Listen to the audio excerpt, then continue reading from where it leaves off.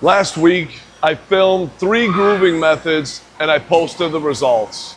You came back with ideas, you came back with suggestions, I tried them.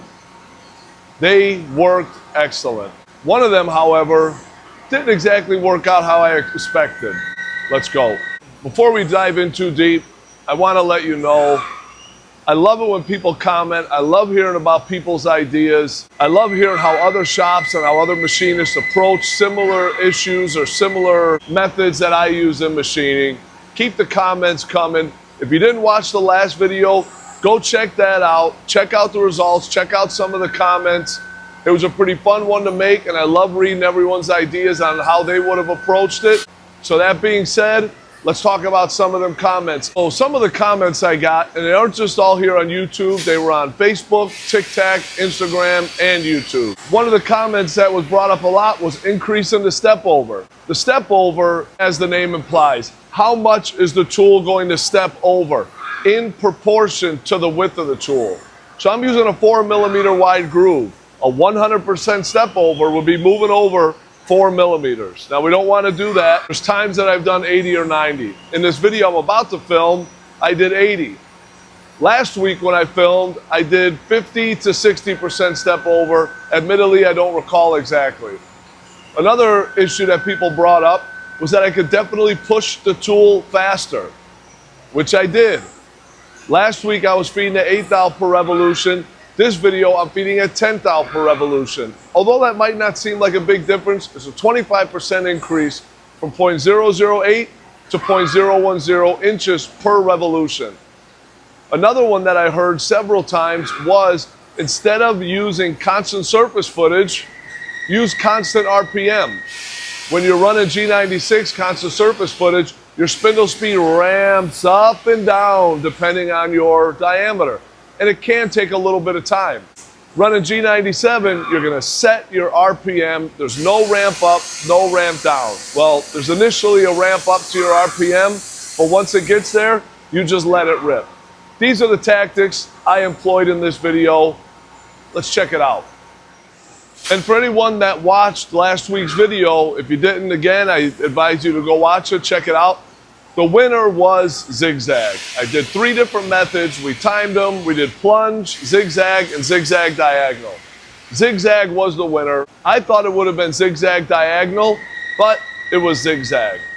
The first test that we're going to do today, we're going to do the plunge method with my increased step over up to 80% utilizing G96, constant surface footage.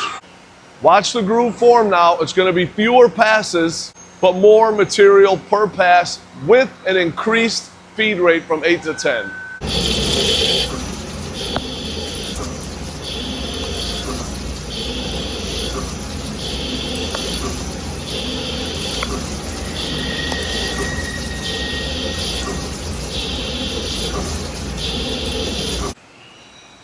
That was much faster. Now the diameter was a little bit larger, but my ending point and my groove width are the same. I didn't have that same 1 1/8 hex in the machine, but as you can see, as we all guessed, with that 80% step over and the faster feed, it's significantly faster than what it was last week. Which, those of you guys that were commenting that, great suggestion. The name of the game is CNC production machining. Cycle time is king, aside from quality, of course. So now the second test, we're gonna do zigzag. Some of you guys said I was being too conservative, so we pushed it. Our surface footage is a little bit higher than it was last week, and now even with the zigzag, I'm feeding at 10 thou per revolution versus 8, and with an increased depth of cut.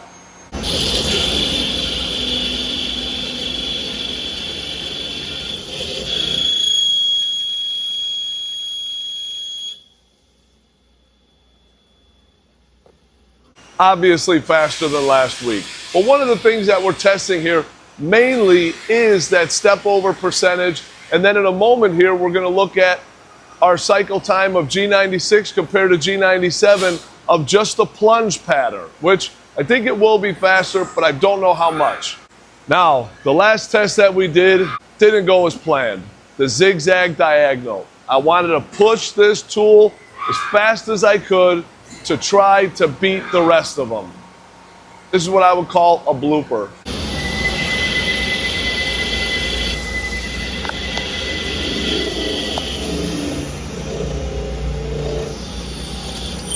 That happened. Unfortunately, I'm unable to set what the cycle time would be for obvious reasons. The spark and the deformation of the tool and the material, it's a no-brainer. We're gonna call that one push too hard, but hey, it happens. I'm not embarrassed by that. The zigzag diagonal, you can even see in the video from last week, it had a tough time burying itself in both Z and X. The plunge, awesome, and it sounded and looked great. The zigzag did great, but that zigzag diagonal, it's a lot of tool pressure for that little 4mm tool. Sometimes you gotta get out there, push the tool. Now would I advise you to do that? No, I wouldn't. Don't run these feeds, this type of pattern without talking to someone that's in charge of your programming and operation. Get permission before you try to push a tool. Now, moving on from my blunder. We're gonna look at the plunge pattern with the increased step over with just G97.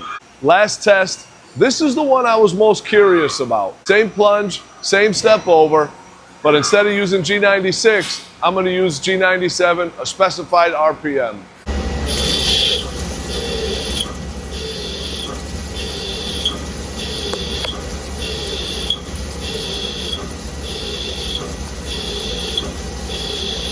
So this is the fastest time across both videos. Let me say that again.